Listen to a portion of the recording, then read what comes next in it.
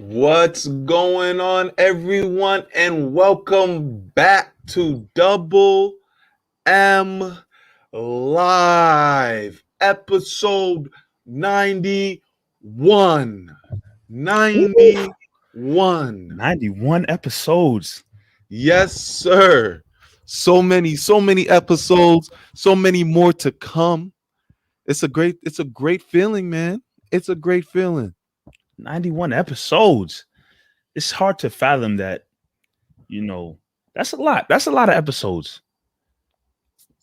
A lot of guests, a lot of topics, just a lot. But like I've been posting all along, we on the road to 100. And, our foot's on the gas pedal. It's Double M. This is what we do. And we keeping it rolling here in season 3. That's it, man. You can't ask for nothing more. Once again, this is, like Mike just said, Double M Live, brought to you by Bet Online AG. Mike Nice, episode 91, on another Tuesday night, brother. A lot's been happening. We didn't have a show last week, so this is our time to catch up on things. Today is Wale's birthday. Wow. Shout out to Wale. Shout out to Wale, a very consistent artist in this generation. Has dropped out music for years now and has always been solid. Always been a solid artist. Yeah, Wale is, I won't say I'm the biggest Wale fan. I won't even sit here and lie or anything like that. But I do listen to some of his work, and he does have some songs that have made their way onto my playlist.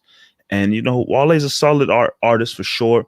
And he's been consistent, and, he's never really, in my opinion, he hasn't really changed up how he flows and his style of music. So shout out to him for his consistency for sure. Definitely Wale. And before we get started onto the playlist, man, I saw just before we started this show, I was just watching this video, and it's hilarious video that I saw. I just want to bring it up. So Canelo Alvarez, as we all know, one of the best boxers, if not the best boxer in the world at the moment right now, is gearing up for a fight. Who is he fighting? I forget. Something Plant. I forgot his first name. Another thing that will always heart me when it comes to Canelo, fighting nobodies. But they had the little face off, and during the face off, Canelo shoves this dude, shoves him bad, and then the dude comes and swipes at him, and there's a little scuffle in the face off. And UFC, you see that sometimes. You don't really see it much in boxing. It's just a simple face off. And then Canelo retweeted that video and said, "Don't talk about my mom." So now you're like, oh, he must, and during the face off, he must have said something to his mom. Like that's wild. Then you get to him, they interview him afterwards. The guy goes, "Man, like, what did that guy say to you to get you so upset?" Canelo's like, "Oh man, he crossed the line, man. He crossed the line when he called me a mother effer. You just don't cross that line. You don't talk about my mom like that, calling me a mother effer." Yo, I lost the fact, because you gotta understand, Canelo's not an English speaking man. That's not his first language. True. He's Mexican.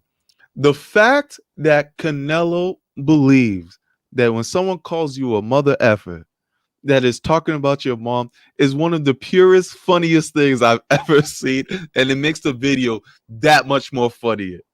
Don't bring up mother and effort when you talking to Canelo, because I saw the video too. I didn't see the retweet or the video, but it was pretty serious for Canelo to do that. And Canelo's never really like that. He's very, very calm dude. Very calm guy, who's do a face off and keep it moving. But the fact that Canelo's the one that initiated any type of physical contact means Canelo was really pissed off. So, if that's what it was, it's fun. It's funny to hear. I understand him at the same time, but it is a little funny for sure. No, that's hilarious. But we got a good show here tonight for you guys. Double M Live. You guys know how it is, man. Mike and I got the topics. You guys got topics as well. Definitely communicate with us in the chat bar. This is how it works, man. We love to hear from everybody and hear y'all opinions on what you guys want to talk about. Mr. Mike Nice, What's on the playlist today, man? So tonight here on Double M Live episode 91, we definitely want to bring up the current, we don't know for how long, but the current Philadelphia 76ers player, Ben Simmons, who recently he's requested a trade from the Philadelphia 76ers a while ago.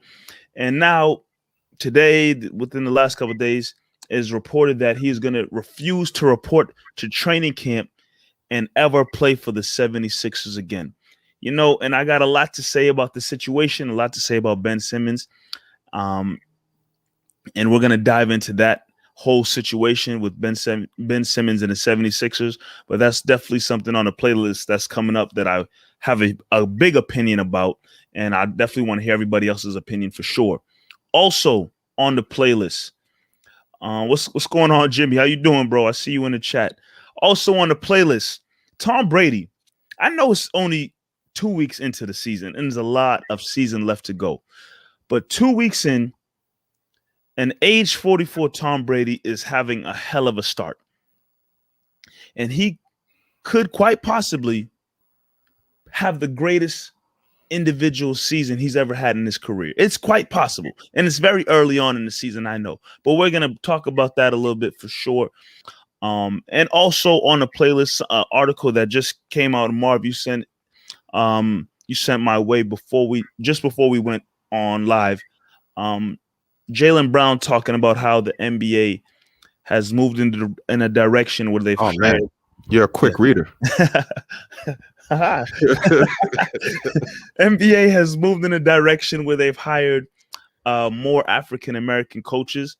Something that players have spoken about a lot. It's a direction that the NBA is heading in. So we're definitely going to have that conversation as well.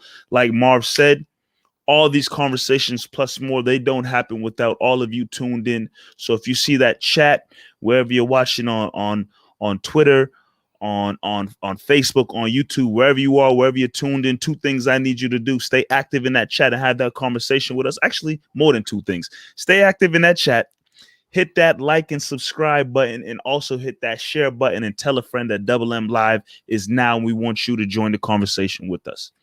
Definitely, for sure, man. That's on the playlist and so much more. What we starting off with? You tweeted something. Let me get the tweet up because it was kind of harsh, man. Bring the tweet up. So tweet comes out. Obviously, Ben Simmons is officially saying that he's not coming back to the Philadelphia 76ers. Mike goes, Ben Simmons might be one of the sorriest athletes I've come across in a long time. He has no heart. Get ready for the roasting session tonight. You feel some type of way, Mike Nice? You feel some type of way right now about Ben Simmons? I give you the floor. So, on why you feel that he is the sorriest athlete you've seen in a long time. And now, Jimmy, we're definitely going to talk about that jump shot.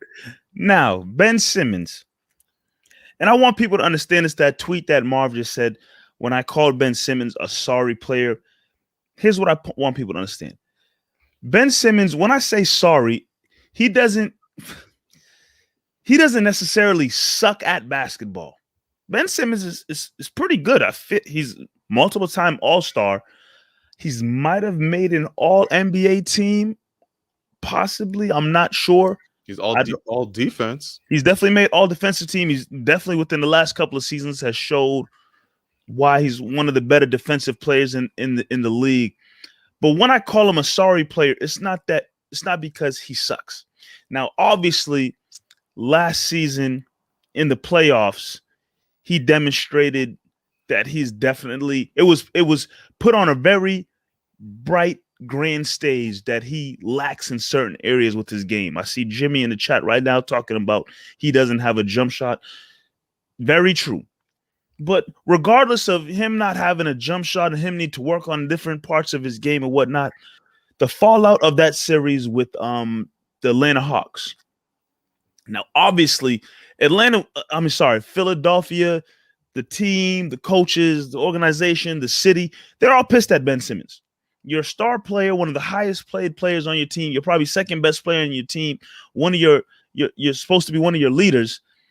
You know, in a sense, fails you in that series. He doesn't show up. And if you're a star player and you don't show up, you're going to feel the heat. I don't care what team it is, what player it is, what city, whatever the case may be. If you're a big time player, and doesn't matter the sport, if you don't show up, you're going to feel the heat. Ben Simmons did not show up in that series against the Atlanta Hawks. And in that last game for sure, when he chose to drive to the basket and instead of laying it up, he kicked it out to the 3-point line when he had an open lane. Bad. All of that's bad. Here's where my issue is with Ben Simmons. Obviously, the rumors start to twirl. The Sixers are upset about the situation. Sixers, they didn't like how Ben Simmons played. We get all of that. Now we fast forward to today. Ben Simmons wants out of Philadelphia. My question to Ben Simmons is, quite frankly, why? Why do you want out of Philly so bad? You're mad that the organization and the fans are pissed because you couldn't perform as one of the best players on the team. You're mad because you got criticism from everybody about your own performance.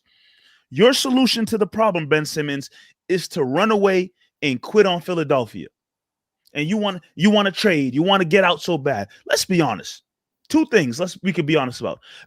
Yes, Ben Simmons doesn't have a great jump shot. He can't really shoot, but he's not like a terrible NBA player. That's number one. Number two, Philadelphia 76ers are one of the better teams in the East. They're not too far off from being a legit championship contender, knowing what Embiid has been doing this past season and seasons before. Joel Embiid is your best player, and you're not that far off. Doc Rivers is a solid coach. You have solid pieces that can be right there in title contention. And Ben Simmons, your only option right now is to try to run away from Philadelphia. I think you lack heart. Because now you want to trade, and you don't care you just don't want to play for Philly that bad. You're so mad with Philadelphia that you don't want to play. You don't care where you go. You just want to trade. So they can trade you some bum-ass Detroit Pistons, some bum-ass Cleveland Cavaliers, some other dummy team in the NBA. You just want to get out of Philly that bad and go somewhere else because you're that upset that your game was lacking in the playoffs. That shows me two things. One, you don't have heart. And two, I don't think you care about winning in the NBA that bad. All right. So I won't go saying that I don't think Ben doesn't care about winning. I think Ben does want to win. I think both sides understand that the relationship is over. Philly before Ben wanted to seek a trade, whatever, Philly was going to do whatever they could to test the waters and see what they could get for Ben Simmons. Ben Simmons, on the other hand, we've had this conversation before. Ben Simmons has an identity issue where he hasn't looked himself in the mirror and said, I'm the problem. I'm the reason why that this didn't work out. Now, Sixers messed up. Let's not get it twisted.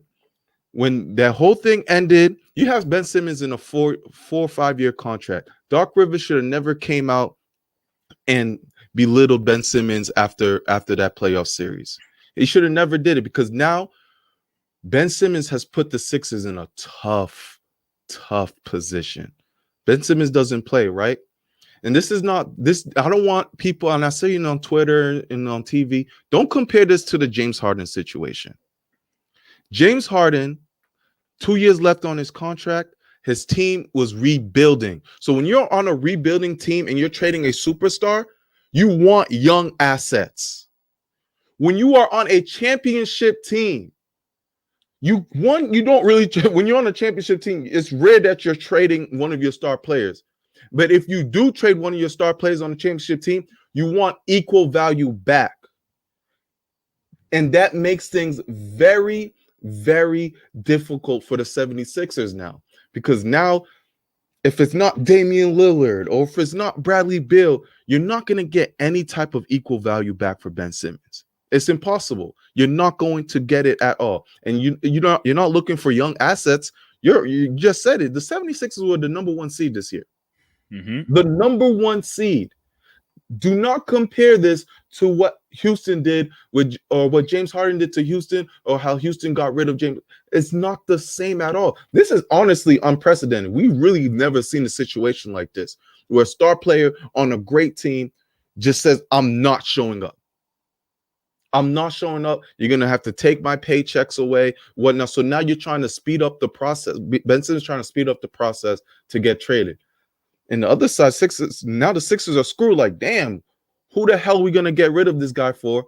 And Simmons can really screw up the Sixers whole season. Just like this. For a team that had a promise championship season or caliber season for a couple years, could be gone just like that. And it starts with the coach. You got to coddle your players. Somehow, you still got, whatever you do in media, you got to protect your players. Doc didn't do that. And now here's the repercussion. I'm obviously, I don't like what Ben Simmons is doing. I hate players that are in mid-contract wanting to hold out, especially in the NBA. It's not like you outperformed your contract or anything. You got a superstar contract. You got 4 more years left. You have to play that through. However, on the other side, Sixers, you got to be smart. You have to be smart about this, because now Ben put the Sixers in a terrible situation. And I don't think people are talking about that.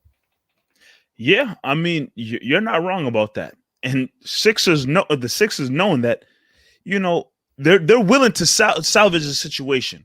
I think one thing that was huge was when, you know, more rumors are flying that, well, Embiid doesn't want to play with him anymore. Embiid's had enough. You know, Embiid nipped that in the bud, and he came out and was like, yo, none of that's true. I want to continue playing with Simmons. I think we'll find together. He said something along those lines in a tweet.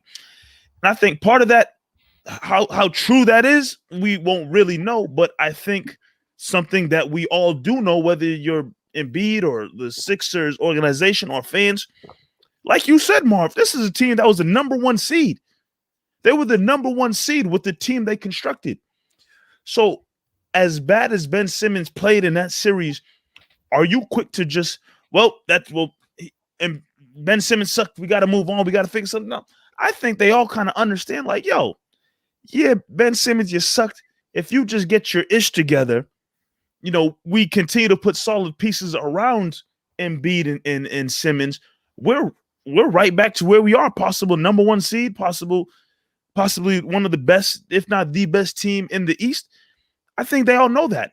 So yes, I think Sixers definitely want to salvage the situation as much as possible. And I think Embiid saying what he said was huge. But at the same time, yeah, Ben Simmons put them in a tough position, because while they probably want to salvage the situation and they're trying to reach out to Ben Simmons and his people in his camp, at the same time, they have no choice but to see what they can do with trade options. And from what I've read from a couple of different sources, Sixers haven't really changed their asking price for Ben Simmons, even up to this point. They're screwed. They're still trying to get like a top talent and a couple first-round draft. They're asking something wild for Ben Simmons. And even after all this time has passed, their asking price hasn't changed at all, which makes things even wilder with this whole situation. Jimmy says Ben Simmons trade stock is so low, there's nothing really Sixers can do. They may have to trade for picks and a pack of chips. And if it comes to that, the Sixers are done. Take Ben Simmons away from the 76ers. Just imagine that team. It's a middle of the pack in the East, maybe even lower. Yeah. It's not a good team without Ben Simmons. Ben Simmons does a lot for that team. Obviously, the shooting in the playoffs was horrific. You can't, but Mike mentioned it. All defense. A 6'10" point guard. 6'10" point guard. Like, that's so valuable in this league. But he played bad, so his stock is low. You can't get really much from him. Young assets, some picks. Sixers are done. If that happens, the Sixers are done. And that's why the GM called Embiid and was like, yeah, Embiid, like, can we like do some PR here and fix this? And Embiid couldn't even do that right. Because you mentioned, oh yeah, that was big. He still threw a shot at him at the end of the tweet, saying, yo, I got criticized, but look at me. Some people are just not built for it. Like, Embiid didn't even do that right. Must have not read the whole tweet. Yeah, bro. It's Embiid didn't do it right. He said, I got criticized, fans booed me, but I'm built for it. Yeah, damn, it. He ain't lying though. It's tough. He's not. No He's not one's lying. You're just doing it. You guys are doing it all wrong. I don't. Ben Simmons is really that mad that he's willing to sit out the season. I mean, I get like I understand the situation. You're mad the team didn't really back you. I'm not comparing it to the hardest situation, but I still think in a lot of these situations where players want out and make it clear that they want out, they don't necessarily just say, okay, I want out that so bad that I'm just not going to play. James Harden wanted out. He still suited up for the Rockets and gave him something.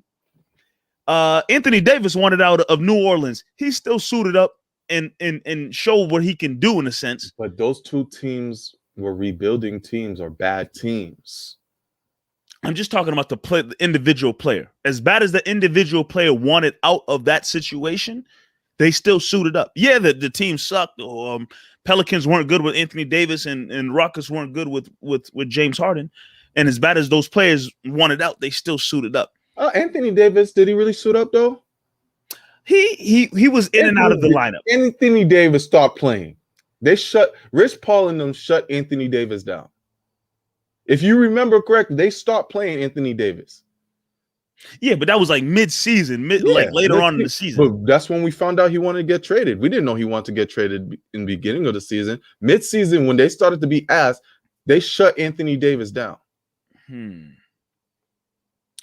Either way, it's not common that a player in the NBA is that mad about a situation. It's not even a contract. Not even holding out about a contract situation. You're holding out because you're so mad at the team and organization that you just don't want to play. Something about it don't sit right with me. It don't sit right with me. It's not a good situation. I mean, I get it from Ben's part as well. Of the team don't want me. F y'all, get me out of here. I don't care what happens. If you're not gonna give me this money. My only issue with Ben is he needs to look himself in the mirror, understand that this was your doing as well. Like you didn't perform at all.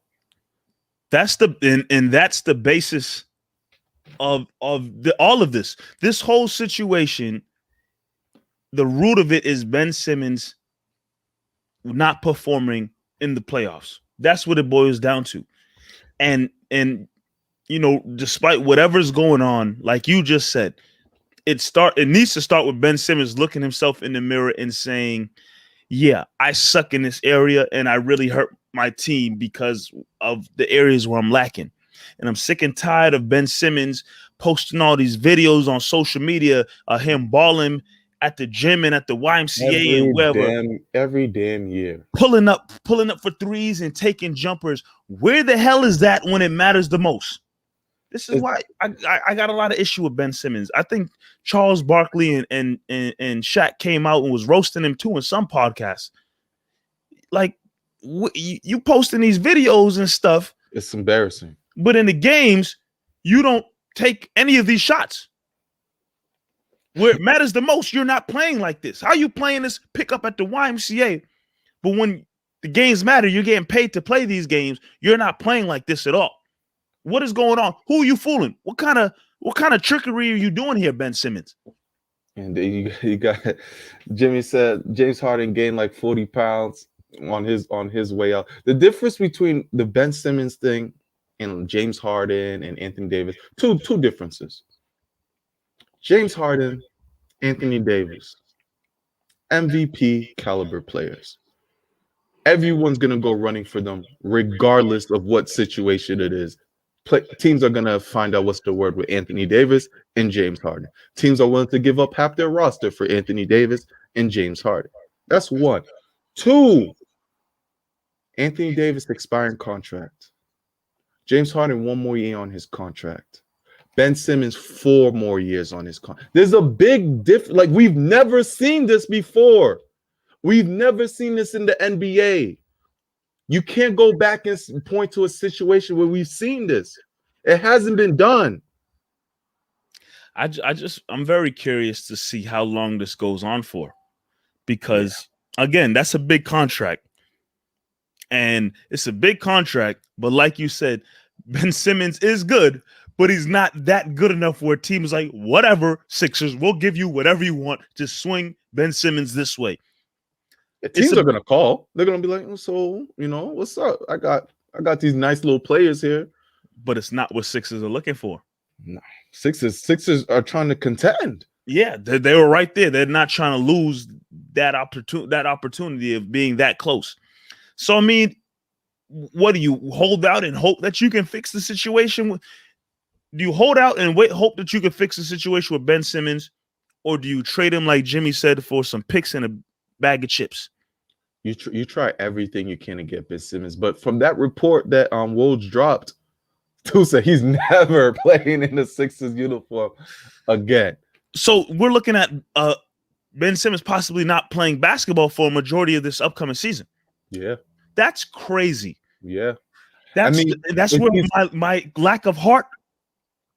He's going. The thing is, he's gonna get traded, bro. He's going to. Sixers are gonna go weeks without Ben Simmons and be like, nah, we need players. We need something. And they're gonna start accepting deals. Teams are gonna start lowballing them, like, y'all suck, huh? y'all need some players, huh? And Sixers are gonna have to trade Ben Simmons. They're going to have to. It's a hard. I hate it. I hate how players are having this much power, but that's how it is. It's just, I don't know, man. It's all as all this boils down to for me is just Ben Simmons. You're really screwing the Sixers when you really need to check yourself first. Because your whole thing is, let me get off the Sixers, but are you going to fix your game? What are you going to do to fix yourself? Because you're going to go to some team and you're going to be the same player. You can't shoot. You can't shoot free throws. You can't take a jumper. You can't shoot threes. Is he all of this? What are you doing to fix yourself within all of this situation? Is he going to pull a Blake Griffin, go to a new team and just start hitting jumpers? I don't know. He hasn't shown. That's the thing too. We don't even know if he can or can't, because he doesn't take them in games, only in pickup. At least Giannis. One thing about Giannis, man. Sometimes you can be like, "Damn, Giannis, stop shooting," but at least he's doing it. And look what happened in against. Was it against the Nets? No, it was against Phoenix when he hit all those free throws.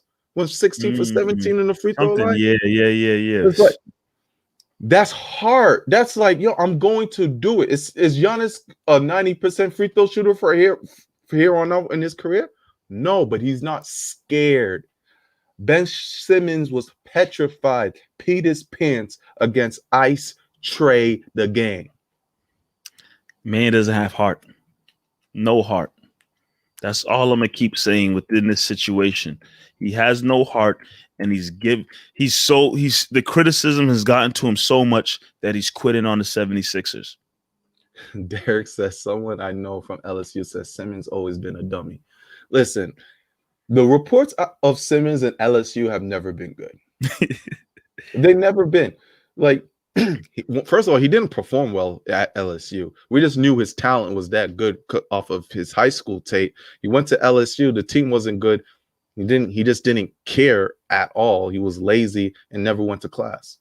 So I've never heard anything good from Ben Simmons in LSU. There's probably not a lot of fond LSU stories when it comes to Ben Simmons. He knew he was going to the league. Like, he knew he was the number one in the league. He didn't really care. And then we just didn't know that was going to be his personality throughout. And that's just how he's been. A guy who came into the league an all-star and just never got better. Just stayed the same level. That's crazy. That just showed how high his ceiling was. He came in already with a high floor, but he had a high ceiling. This is a player that was getting compared to LeBron James. And honestly, when you watched him his rookie year, no one doubted it. No one doubted it. It was like, wow, this dude can really become something special. And and he's still only like He's young, 25. man. He's young. He's young. He's not older than 20. He's like 25. 25, maybe 26. So like he has a lot left to give in his career. But if I don't know if he has the heart to want to improve. I don't know if he has the heart to want to improve. You got great court vision or solid court vision, sure. You got solid athleticism, great. But obviously, if you unlock this next part of your game, it'll take you to another level. Like you brought up Giannis. If you unlock this next part of your game, Giannis, where you're hitting some shots, some free throws, maybe get even better post game, you're even more of a beast. Ben Simmons, solid player, but if you unlock that next part of your game, you're even greater. But I just don't think he has the heart in various aspects. This conversation has showed me even more that I don't think Ben Simmons has the heart in some different aspects. So it's going to be an interesting situation. It's going to be wild to me to see that Ben Simmons quite possibly sits out some of the regular season just because of this situation. That's something that is going to be wild to see if it happens. Once again, Double M is sponsored by Bet Online AG. We're back and better than ever. All eyes are on the gridiron as teams are back on to start another football season. As always, Bet Online is your number one spot for all pro and college football actions this season. With a new updated site and interface, even more odds, props, and contests, Bet Online continues to be the number one source for everything football. Head to the website or use your mobile device to sign up to today's to receive your 100% welcome bonus. That's double initial deposit just for signing up. Don't forget to use promo code NFL100 from football, basketball, boxing, right to your favorite Vegas casino games. Don't wait to take advantage of all amazing offers available for the 2021 season. Bet Online, the fastest and easiest way to bet in all your favorite sports. Bet Online, your online sportsbooks experts. Speaking of football, man, 2 weeks in, Mike. 2 weeks in, and I'm having a blast this NFL season. There's been some great games going on. Some great primetime games. We have a future great game coming up in week 4 that the whole world is going to be talking about when the GOAT, Tom Brady, returns. And Tom Brady is having a hell of a season. Hell of a season. Mike already is proclaiming what he could become this season. And but let's talk about it, man. Tom Brady and the never aging Tom Brady is probably having one of his best seasons in 2 weeks and has a Super Bowl contender again. Whew. Bucks are looking scary. 2 games in. Let me hit y'all with the stats because we gotta have the stats to back it up here on Double M. 2 games in, Tampa Bay is 2-0. Tom Brady has a completion percentage of 65%, has thrown for 655 yards in 2 games, has thrown 9 touchdown passes in 2 games, and he's averaging 327.5 yards in these 2 games. And you talk about that game coming up against, the Patriots on week 4. It's quite possible that he breaks the all-time passing yards record against the Patriots from an article I read earlier today. He could quite possibly pass Drew Brees and be the all-time leader in passing yards in that game against the Patriots. So, all in all, 44 years old. Tom Brady is 44 years old, and you just heard the stats from 2 games in. And not only just those stats, but that Tampa Bay Buccaneers team is a force. They're legit. Watching that game on Sunday when they played the Atlanta Falcons, they had to play in the red zone. On one side of the ball, you have lined up Mike Evans, Chris Godwin, and Antonio Brown. On the other side of the ball is Rob Gronkowski. Tom Brady's behind center. with Leonard Fournette behind him at running back. That is a force. And line that up, one play, bang, bang, bang, touchdown. Rob Gronkowski. And when they line up like that, that's scary. That's a scary lineup. And I think it goes without saying. I think everybody can agree with this. This is obviously the best weapons Tom Brady has ever played with in his career. Easily. 2007 was beautiful. Great. It's a season I'll for always remember. His connection with Randy Moss was absolutely beautiful to watch.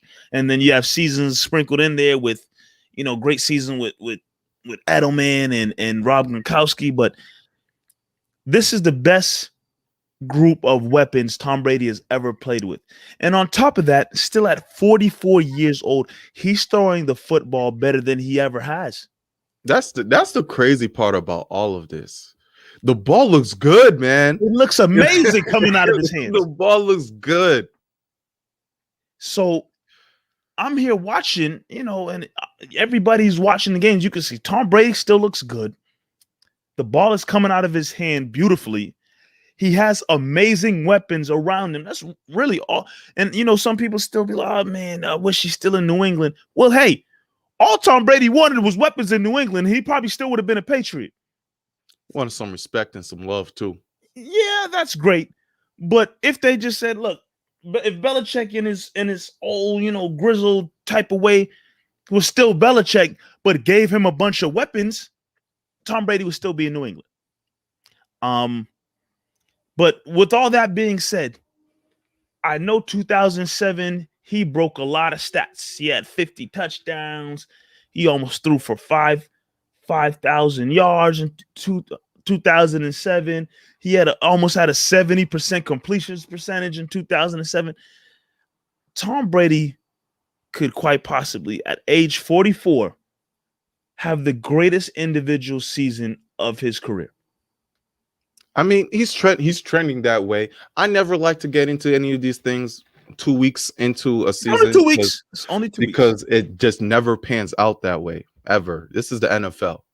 You could have an amazing two weeks, and look at Jameis Winston, had 5 touchdowns. Yeah, but Tom Brady's not Jameis Winston. It doesn't matter who. It's the NFL. It's the NFL.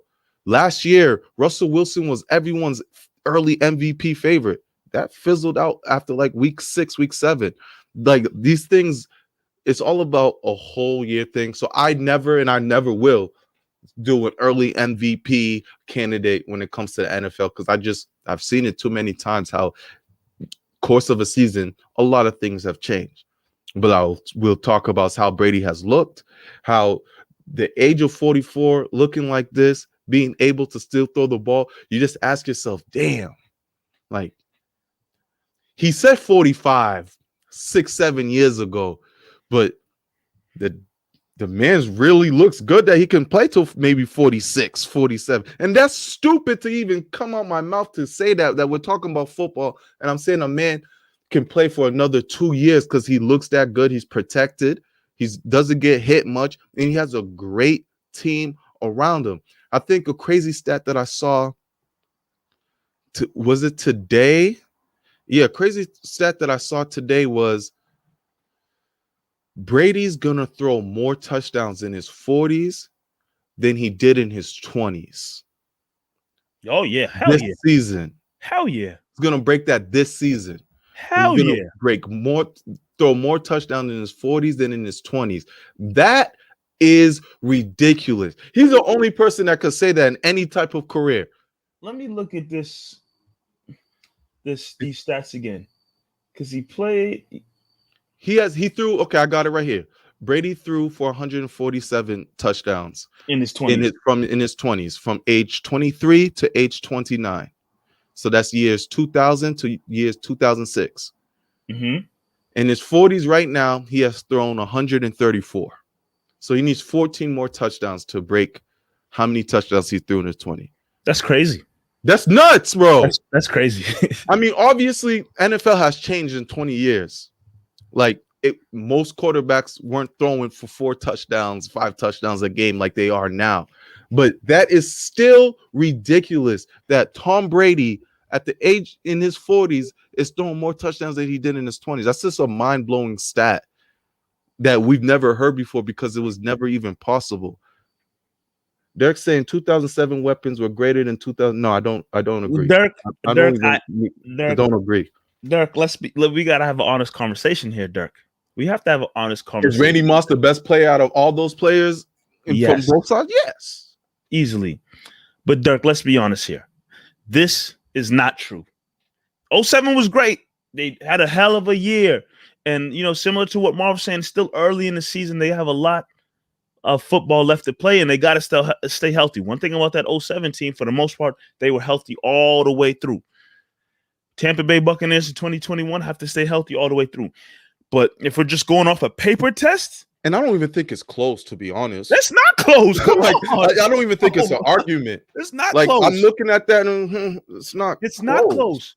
Randy Moss was great, one of the greatest wide receivers ever. But after Randy Moss, there's just a couple plug-in pieces that were there. Well, not plug-in pieces, but after Randy Moss, there was just guys who stepped up and did their job. Dante Stallworth was,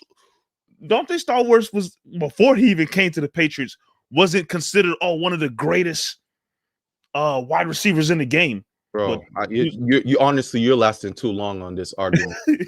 we're comparing Benjamin Watson to Rob Gronkowski. Like I'm confused. Yeah. Mike Evans. I like Welker. Welker is great. Mike Evans is going to go to the Hall of Fame. Yeah. Like Antonio Brown is going to the Hall of Fame. Antonio Brown's going to the Hall of Fame. Off that 07 team, after Moss, who else is going to the Hall of Fame? Is Welker going to the Hall of Fame? Probably not. Probably not. Unfortunately, if he had a Super Bowl, maybe. Yeah, Edelman would get into the Hall of Fame over Welker. And I don't even think Edelman's going to the Hall of Fame. And that's up for debate. I think Welker's an automatic sorry, unfortunately. He's not getting into the Hall of Fame. Welker's not making the Hall of Fame. Ben Watson's not getting into the Hall of Fame. Dante Stallworth's not getting into the Hall of Fame. Who was the running backs at the time? Was it who was it? Was it Maroney? Maroney? Maybe Maroney. That dude didn't even last 5 years in the league, if I remember correctly. Dirk, there's no way you can really look at these two teams. I understand 07 was a great year. They almost went undefeated. I get it. But weapons-wise, Tampa Bay is stacked for Tom Brady. Yeah, Falk was the third down back. Shout out to Falk. That was in his end of his career. We're not in the moment, bro. This is his best support. We're not even talking about who had the better season. We're talking about players. It doesn't even make sense to say in the moment. We're just talking about players, comparing players to players, supporting cast. Brady's throwing to better weapons this year than he is in 2007. I don't know.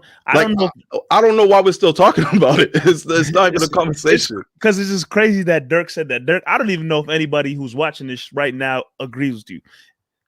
Because it's just wild that anyone would think that. I don't know if you took a poll, Dirk, and put that on your social media. You're gonna see the results. But yeah, 2007. I get it, man. 2007 was a great year, man. Great year. I listened to. I get it. Nostalgia. I get it. But we can't compare. This is Brady's best supporting cast. Yeah, and with his best supporting cast, as long as they stay healthy, I still stand by the fact that Tom Brady, because like you said, Marv, it's the eye test. Tom Brady's throwing the ball very well. He can do damage, and he already holds a lot of records. He holds a touchdown record. He's gonna get the passing record. What other big quarterback records are there out there? It's passing and touchdown, mostly. Completion. I think he holds the completions record already, but Tom Brady can really do some damage with this. He's second all time right now in passes completed to Drew Brees, and I believe he will pass Drew Brees there as well. Yeah, I mean, Age has something to do with it, and longevity. Like I'm not, and when Brady passes Drew Brees, I'm not saying, "Oh my God, look what he did!" Like, yeah, the guy's played 20-something years. He's going to eventually break a couple of records. I'm more intrigued by in season records from here on out compared to those type of longevity records. Those don't really mean much to me personally. What he does in a season at his age will mean more to me than what he's breaking off of a 20+ career. Yeah, and I think what he does in this upcoming season, again, as long as they stay healthy, this might be just talking about individual season starters career. Obviously, people talk about 07 all the time. And then I think what was his other MVP season? I think 2010. 2010 with 2010 was a memorable Welker. season. No, yeah, Welker, Gronk. That was a Yeah, great year. 20, Individual year from him. yeah, 2010 was a hell of a year for Brady. So 07 is a big year, obviously. 2010 is another MVP year. But did he have MVP any other years? No, only 07 and 2010 was 2017 as well. Yeah, Sorry. he won. Yeah, he won. The year Carson Wentz got hurt. 2017. Yeah, that's when his other MVP year. But yeah, I'm saying overall, people definitely remember 2007. But this year, 2021, as long as he stays healthy and continues on this current trajectory, even those 2 weeks in, could this possibly top 2007? That's when it's a no. You don't think he can top 2007? 2007's team blew out everybody with no defense. You know are we talking team or Brady individually? Oh, you think Brady could be better than 2007? Can like Brady individually be better than his 2007 season? I mean, he has the supporting cast to do so. True, very true. Like I wouldn't be surprised if he gets over 50. Like Decal was saying what happened? No, I was saying in the comments, Decal saying he's thrown to most all pros that anyone has ever had. So I mean, yeah, it's quite possible that he can do that. But you're talking about the team wise. Yeah, after my fault. I misheard. I thought you was talking about the team. What do you think about the team? The team can't compare to what 2017 did. 2007's team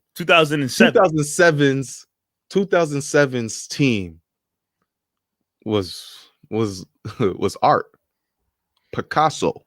They were blowing out teams by 30 every time. Like I said, with no defense, a very old defense. Since their offense was a force. You walked into Foxborough and you just knew you were going to lose. Teams are. I don't think teams are scared of Tampa Bay. They're not scared of Tampa Bay. Well, Tampa Bay is damn good, but they're not scared of them. Tampa Bay is a beatable team. Their defense, Tampa Bay is a beatable team. 2007, only the Giants felt like after that last game that, okay, we might have a chance against them. Every other team folded. Yeah, that's true. That team, they had some of the new, well, I can't even say new because even those guys are not in the NFL anymore. That defense was like on the last couple of years of the Brewskis and the Seau. Yep. But they were starting to intertwine. I think maybe you had Vince Wilfork at that point. Vince Wilfork was there. You had Gerard Mayo possibly. Mayo's rookie year. So they were kind of in between some of the older heads from the early. Mayo's rookie year was the year after, I believe. I forgot. I know Vince Wilfork was on at 07. Wilfork was there.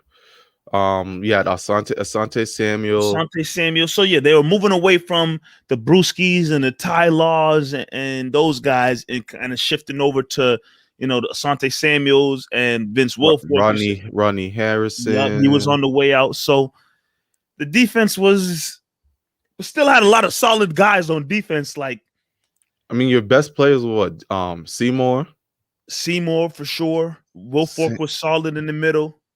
Older Mike Vrabel. I think you had Ty Warren on the team. Yeah. Rodney Harrison's. I don't. 07 was a great year. I think we can all agree for sure. But Bum ass Adelius Thomas. Adalius Thomas, big signing, didn't give the Patriots a near not a nothing. Not a damn thing that He was year. great in Madden, but didn't give the Patriots anything. But yeah, it remains to be seen what we get from this Tampa Bay team. It's still early. They're my favorites to repeat right now, but with football, you never know what can happen. It's a lot of you got to stay healthy for sure, and if you have health, you see how things unfold from there. Yeah, I'm still in the belief that I will not be seeing any team repeat anytime soon. I mean, but the Bucks have a good chance to do it. I just don't see it happening. But before we transition real quick, because I didn't get the chance to talk to you about this on our roundtable. Patriots against the Jets. Real quick thoughts on Mac Jones and that performance. Well, coming out of week 1, I definitely wanted the Patriots to take the shackles off of Mac Jones, and let him drop back and throw the ball a lot more, definitely early on, and they did in that game. They allowed him to be quarterback and drop back and let passes go. Obviously, he's a rookie, so he's gonna do some rookie things and make some rookie mistakes, and that was to be expected. Once they named him the starter, being him being a rookie, you knew mistakes are gonna come along the way. I know there's that one play for sure that we texted about Marv during the game where he tried to scramble in the pocket, then did the intentional ground in, and then pointed. No, the receiver was close. Like that receiver. That's not something we're used to watching in New England. But again, rookie guy. I don't want. There can be rookie mistakes. I don't want to see that ever again. Yeah, they're gonna be they're gonna be rookie mistakes. But I think overall, Mac Jones is a very confident player. Obviously, had a couple issues with the offensive line, a couple players going down, and it not being as solid as it could be due to injury, but I'm rolling with Mac Jones. He's the quarterback, and even though he's only 22 years old, and it was the Jets who aren't a good team, he showed that he could play with a lot of confidence, and I think he's only going to get better. The weapons are there. We know that as they continue to get the tight ends involved. Are they there though? Because Mac ain't throwing to him. That's my issue. He's not throwing to the weapons. Why do you pay Jonnu Smith, Hunter Henry this money for? One thing they're doing with Mac for sure is they're playing it very safe. He's not taking. They took the shackles off him and allowed him to throw the ball, but they took the shackles to him and told him to do a lot of check downs and too many of that. He's not. I thought Aguilar was here to be the deep threat down the field. Yeah, why'd you overpay for Aguilar for? Where the hell is Boone at? I'm still looking to see more from Jonnu Smith and Hunter Henry. So they took the shackles on him, but they need to let him start going down the field. Like, I'm sick of these plays where it's, they're not trying to throw to pick up the first down. They're just trying to throw to just get it to something. James White gonna have a hell of a season. Like looking like they're gonna go to him a lot in this situation. I'm hoping that's not something we see throughout the course of the season. And they just let Mac Jones, let him rock and let loose with the ball. I see Dirk saying it's only week 2. I'm not necessarily worried about anything, Dirk. I'm just hoping. Why? Not that I'm hoping. I'm looking forward to when they allow him to really start letting loose and throwing the ball. One thing I will say. Go ahead. Sorry. I'm a bit concerned just off of what Dirk said. I'm a bit concerned. I think the offense is mid. Yeah, you did that against the Dolphins and the Jets. You can't play like that against real playoff teams offensively. You're gonna have to play better offensively. Yeah, I know it's only week 2, but I want to see something. You brought in weapons to throw the ball. You brought in Jonnu Smith. You brought in Hunter Henry. Those two need to be featured more for me to be more comfortable with how this offense is looking. Yeah, going back right now, looking at the box scores, Hunter Henry This doesn't tell me the targets, unfortunately, but Hunter Henry only 2 receptions, John Smith only 4, Nelson Aguilar only 3. I love James White. He's a hell of a player, but him leading the team in receptions and probably leading in targets too, I'm not sure. But him leading the team in receptions is not something I'm looking forward to seeing too much in the box scores. Like he's great with what he can do, and I'm not upset that James White was involved and gave the team a lot. He was great for the team. But I'm looking forward to seeing more games where Aguilar's going off, Hunter Henry and Jonnu Smith are going off, seeing Bourne get more involved. I know people are excited about Jacoby Myers and what he can add to the team. So, like Dirk says, week 2, so I'm hoping for the best. One thing I will say that I like from that game, and I know we brought this up in original roundtable, I think after week 1, Marv, they didn't force the ball too much to Damian Harris. He only had 16 carries in that game against the Jets. Brought that up on roundtable for and, sure. And probably kept him fresh because they weren't overworking him. And he looked up. In those 16 carries, he looked fresh and did good. That one run he did, we broke a lot of tackles and pushed his way into the end zone. Damian Harris is a great running back, but is he built for 25 plus carries? No, he's not a workhorse running back. Keep him to. I like that 15 to 20 range carries for Damian Harris. I like it. I was definitely happy to see that. Dirk said Dolphins have a good defense. Yeah, they have a good defense. I'm not obviously. What about the Jets? The only reason that you were able to score 25 points is because they gave you good field position. They handed you good field position every time they could. They were just handing you the ball, and you were finally able to say, okay, we'll score. That's not going to happen all the time. That's not going to happen. I want to see more. 2 weeks in, Mac looks good. I'm not saying he doesn't look good. Mac looks good, but you paid all of these guys here. Let's feature them. Let's see what this offense can do. Got rid of Cam, right? This offense looking hella Cam Newton-ish. Yeah, it's week 2, so got to see how these guys perform and get the ball in their hands and make things happen. There's no reason why the Patriots, I know they scored 25 against the Jets, but they should be putting up. They got handed 25 points. They should, and when you have the quarterback on the team throwing 4 interceptions. But with the way this offense is built, not saying they should be the top scoring team in the league, but they should be one of the top 5, top 10 teams in terms of putting up points in the league, in my opinion. I don't know if that's too much to ask out of Mac Jones, but in terms of weapons, they can make it happen, I believe. So we'll see. A lot of NFL football left to be played for the New England Patriots. Definitely. Once again, this is Double M Live, brought to you by Bet Online AG. Let's move on to our last topic, Mr. Mike Nice. So I know during the playlist, I brought up an article, and Marv said I'm a quick reader. I didn't read the article. I'll be honest. I didn't read the article. I don't know if everybody can be honest about that. I didn't read the article, but however, I saw the headlines, and the headline, was Jaylen Brown speaking out about how the NBA has moved towards hiring more African-American coaches. And while I didn't read the article, I will say, seeing the NBA go in a direction where more African-American coaches are getting an opportunity, it's good to see. It's great to see.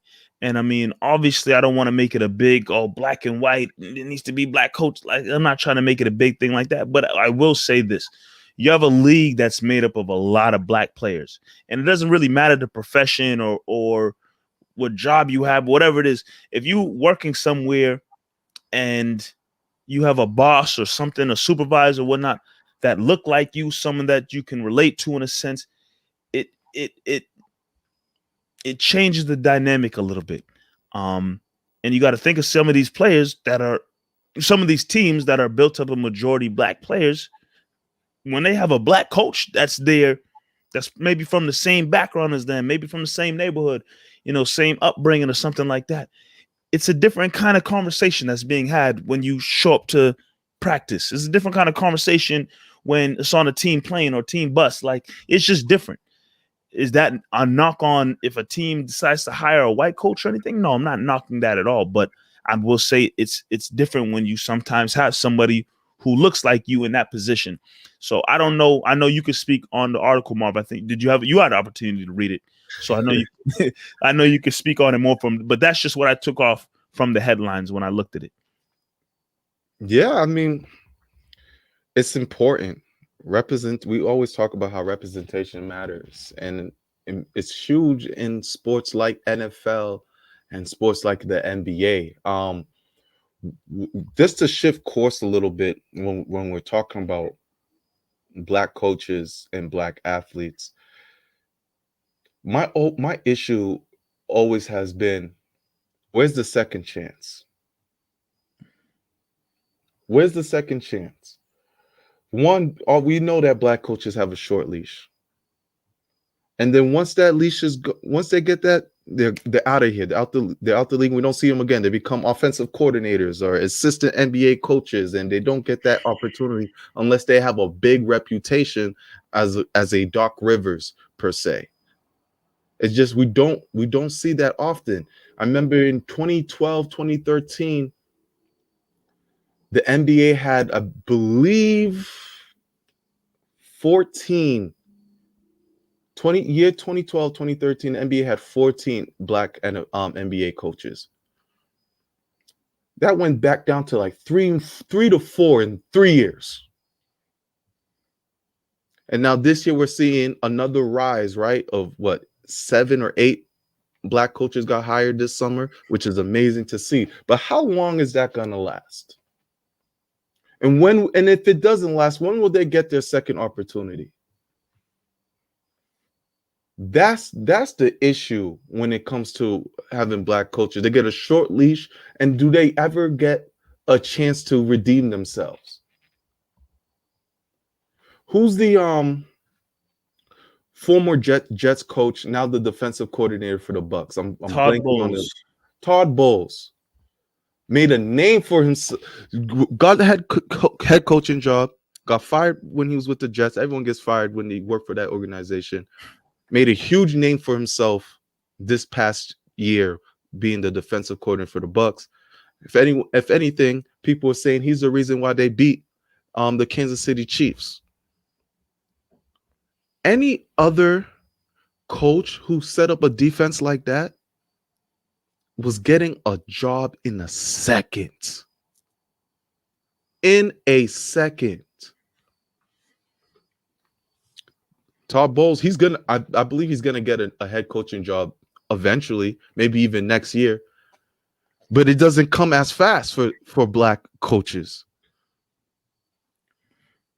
You're gonna see the Dan Quinns and them go back into the head coaching job. Todd Bowles stopped the Kansas City Chiefs with an unstoppable offense, had a defense set up to the point everyone's fearing the Bucks defense this year. Like, oh, you can't run against the Bucks. That's all Todd Bowles. Should have been the first name to come up when anytime there was a hiring. Instead, they go pick coaches who have no experience in the NFL. They bring them from college and Urban Meyer. Like, what is that? They always find a way in these top leagues to bring these black coaches down. Now it's important, and I love what we're seeing now, that these black athletes are starting to speak up because the owners have to listen. Owners have no choice but to listen if black athletes start to speak up. We want a black coach. Just give him an opportunity. That's what we want on this team. Because if you don't, you bring in someone here that we don't respect, that you're losing money out your pocket. Brad Stevens understood it. He understood that they needed a new voice. The president of the Celtics understood they needed a new voice. Players from other teams started to speak up. And now we saw a shift this year. Now, what I want to see is it being sustained. Yes, Asian, white coaches, black coaches, all deserve opportunities, but I'm talking about sustainability. Sustainability. I'm not worried about Frank Vogel getting fired. Frank Vogel could have a bad year with the Orlando Magic and one of the biggest NBA organizations Coach of Lakers ends up coaching the Lakers. You know what I'm saying, bro? Like, they said Tyronn Lue left with LeBron James. They say, yeah, we're not sure if we're ready for you to be a coach yet, but you can be the assistant. Won a championship In his first year. What the hell has Frank Vogel won? We got a championship now. Prior to playing with LeBron. He bounced from the Pacers to the sucky ass Orlando Magic. They said Jason Kidd or Frank Vogel. Oh, okay, we'll go Frank Vogel. That's what I'm talking about. The opportunity that black coaches don't get is disgusting. What's the coach? I don't know. I'm sorry, guys. I'm blanking on names today. The coach from the Lions, black coach from the Detroit Lions who got fired. Caldwell. You're on it today, Mike. I don't know his first name. Caldwell. Coach Caldwell. Where's he at? He brought the Lions to 10 games. They won 10 games. 10 games, I believe. They fired him. Okay, cool. You want to go in a different direction. I think I saw that dude last week taking a run. A jog with a dog. Why is he not a head coach somewhere else? Why has he not got that opportunity? He was an assistant for Indianapolis, did well there, got himself a job to coach the Lions. The Lions were decent with him. We're decent, a middle of the pack, winning 9 to 10 games. They fired him. They wanted to go in a new direction. Tell me how many games the Lions have won since. Matt Patricia sucks. He ain't there no more, but they haven't won nothing. Nothing. And Jim Caldwell's nowhere to be found. Nowhere to be found. Win 10 games, nowhere to be found. These are the things we're talking about. So, and Jalen goes on to this, speaking on, players being more active and pushing their voice for these type of things. So it's a good article on the Undefeated if anyone gets a chance to read it. But it's frustrating. It's frustrating to see that these black coaches, they'll do their little, 100% equal opportunity, get you in there, but they'll get you out real quick. The Nets got a super team. They built a super team. Yeah, I think Steve Nash, who's never coached, should get that opportunity. Not the assistant coach that's been there. We'll keep him on staff. Jacques Vaughn. We'll keep Jacques Vaughn on staff. He did a great job. But now that it's a super team, Steve Nash. That's white privilege. Nothing against Steve Nash. I'm not saying he was a bad coach, but why did he get that opportunity? Derek Fisher got a coaching job with the Knicks because he knew Phil Jackson. Right away, got the job. I don't think we're ever going to see Derek Fisher coach again. Yeah, that's crazy. Like, you know what I'm saying? It didn't work out with the Knicks. We don't hear nothing about Derek Fisher coaching no more. You tell me if Steve Kerr leaves Golden State, it fizzles out. He's not going to get another coaching opportunity. He's not going to get a GM opportunity. You ain't lying, man. You ain't lying. And that's why something you said again, I will say, shout out to Brad Stevens and the Celtics. Once Brad Stevens stepped down, I think they came out and said, like, look, we're looking for a black coach. Yeah, they didn't say it like that, but they said it like that. Something along those lines. Derek Fisher coaches the Motives. okay. Shout out to Fisher in the WNBA. Hope he gets another chance, man. Or Yeah. if the Sparks are winning, shout out to. Shout out again. Shout out to the the Celtics, and coming out saying something along the lines of they're looking to hire a minority coach or whatever they said, and they wasted no time. And yeah, players speaking up. Jaylen Brown talking about players speaking up. NBA, NFL. Majority of these teams are made up of African American players or black players. And if their voice is getting heard, you can't ignore that. You can't ignore it at all. At the end of the day, teams want to build these teams, and you always want to have good teams, great chemistry, good coaching, and whatnot. If the players are wanting one thing, like I said, their voice needs to be heard. I'm happy Jaylen Brown, who his voice alone would not only within his team and the organization with the Celtics, but just his voice just in society as a whole is continuing to grow and get louder and louder. And shout out to him, man. Like, I'm so happy that he's on the Celtics, my team, just with who he is as a person and who he is in terms of, social justice and whatnot. Like, I'm happy about who he is and what he brings to the table. Great young man. Great young man, only 24, 25 years old. 25 now. I think he's 25. Great young man, still has a lot to grow with in the game of basketball, and it still has a lot to do just even outside of the game of basketball. So shout out to Jaylen Brown for sure. Yeah, that's a good article. I will read that when I get a chance, but I can already tell it has a lot of great stuff in it. Definitely, man. This is Double M Live, episode 91, brought to you by Bet Online AG. Bet Online AG. Woo! Mike, you got me fired up at the end there. I felt like you when you was talking Ben Simmons. Hey, man, we bring the heat here on Double M. Whatever the conversations are, whatever the topics are, that myself and Marv, we're going to bring the heat. We're going to bring the passion. And obviously, when we looking into the chat and seeing what people have to say, it adds even more to the conversation. Dirk coming in with that 2021 Buccaneers versus the 2007 Patriots. That, even though Marv said it's not much of a conversation, it just brings more heat and energy to the show when we got everybody who's tuned in adding in their 2 cents. So appreciate that always, man. Yeah, man. Double M to the moon. Shout out to everybody tuning in. You can catch us here tomorrow on all the platforms on podcasts that you listen to.